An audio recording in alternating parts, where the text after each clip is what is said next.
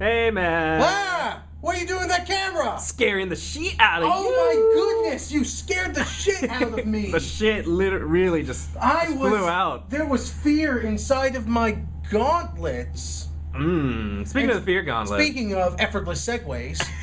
Hey guys!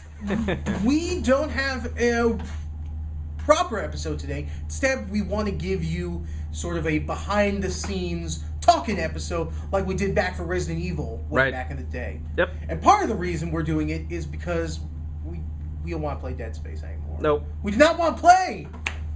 Not that it's a bad game. In fact, that's actually part of the point. Is that it's not that Dead Space is a bad game. It's just not a very good, scary. Yeah. As an action game, great. super fun. Yeah. Yeah. I cannot speak more highly of the Dead Space. Yeah, like after about 20 minutes, you get to you get to know the feel of the horror for the game. Right, and that's the thing. Yeah, someone in the chat on YouTube, on the comments, actually said that the first encounter with the alien is probably your one of your best, finest horror experiences with Dead Space. Right. And I think that's true. But it's also, in a lot of ways, it's also the last horror experience. There's some other moments that are kind of scary, like when monsters grab you, when they actually, like, tear you apart. Yep. But really, it's the number one thing that ruins a horror game is when the player finds out the rhythm behind it. Yeah. When the player starts detecting how scares are going to go, it stops being interesting or really scary for the player. And in Dead Space, that happened super early. Yeah. You know, you are going to get creeped up on by monsters. Monsters are going to pop out of places. They're going to shout at you, and it's going to hit that orchestral stinger. Yeah. And just go, wham! And that's going to happen. And that's going to happen. Violins all the time. And that's going to happen for like 10 or 12 hours. And then when we originally made that tier list, I mean, I never played either Condemned or Dead Space, but I thought... I just assumed, well, you know, space aliens, hobo drugs. I mean, they're basically the same. I thought the other way around. I thought Dead Space 1 was going to be more methodical and slow paced, and I thought Condemned was going to be the action game. And that's actually something you'll see at other places in the list. Like, if you looked at the tier list that we show in the intro of every episode, you're going to see that one of the highest games on that list is Resident Evil 4. Right. But I can tell you, folks at home, Steve and I have played our asses off of Resident Evil 4. Hours and hours. Yeah. I have beat that game on 3 platforms. Right. GameCube, PS2, and Wii. And I probably have that game memorized at this point. Like, I just have portions of that game committed to memory. Yeah, I only played the Wii version, and I actually stopped once it got to the dark and rainy part. Mm-hmm. It actually did get too scary for me, and I kind of had to stop. So you're saying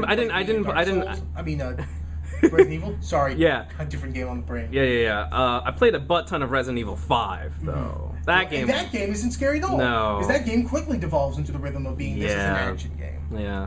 I don't know, but I was a lot younger back then, so... Yeah, and that tier list is actually super crazy, because that tier list is essentially the product of Steve and I just saying, what are scary video games we can think of? Right. Because part of the big thing on this list is that we've not played every single game on it. In a lot of cases, we are literally just throwing darts against a board, so to speak, on how we think these games should be ordered. Yeah. And a lot of them are based on sort of the ways in which those games have been represented in the video game community at large. Right. Because, like, we don't have any sense of if Condemned was going to be a scary game. No, not yet. I mean, we assumed Resident Evil 1 was going to be a total joke. Right. It ended up not being a total joke. It ended up being a frustrating and very messy joke. Yeah. But the scares that were in that game were effective at points. Especially in that first episode where you get the dogs jumping out. Yeah, I know. And that's just basically the result of us... You know, that's just good luck on our part, but it also means that a lot of the tiering decisions we made at the beginning of this show aren't necessarily going to be reflective of how we feel about each game, right. if we get to the end or not. Yeah, and that's why, we wanted to do these little kind of behind-the-scenes videos to just kind of... Because the prevailing thought behind this show from the beginning has been, we play a game until it stops being scary. Yep. Condemned was the winner. It was scary the entire way through. In Dead Space, I knew what was going on, and Steve, you who was playing... That was my first time playing through. But did you get this... How did you feel when you were playing Dead Space? That's me blowing up a bottle there. Yeah, very good. Yeah, seriously, like after that 35 minute mark, I was just like, okay, it's a great action game, but I could play this on my own. I can play this at night and be okay. The best horror games are still scary even when both of us are playing them. Yep, I think that's true. I'm really Resident Evil, hoping the dog in Resident Evil 1, the best moments of Condemned still work. Yep. Still scary. and Dead Space is not scary. Nope. So yeah. Let's see, what else can we? I mean, what? So we're moving on from Dead Space. We're trying to do Clock Tower on the Super Nintendo. Yeah. Because that will be a really weird one. It would be. Because one of the things we've not dealt with are like super, games older than the PlayStation. Our cutoff point has essentially been the oldest game on this list is Resident Evil 1.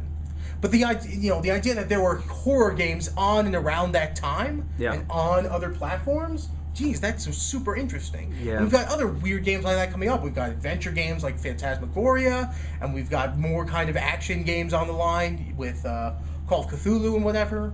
Yeah, I'm really putting my guns on Fatal Frame. I'm really hoping that one is a slow. It's probably going to be a slow burner, kind of like Pokemon Snap. Kind of like Pokemon Snap. Yeah. Slow burner. Oh man, Pokemon Snap. Up. I mean, Pokemon Snap is already terrifying. Yeah, it is. Threw that ball, that Charmeleon, and he fell into lava, and then, oh no, it's a Charizard! That's true, yeah. And they can only say their names when they talk. That's pretty fucking scary. Yeah, just like Mike Jones. He's the people's champ. Alright, then. Mike Jones! Mike Jones. What else do we have to say about Fear Gauntlet right now? I guess we just have to figure out how to get a copy of Clock Tower. Yeah, that's probably going to be the and how to big get one. a copy of Phantasmagoria, and how to get a copy of Fatal Frame. Yep.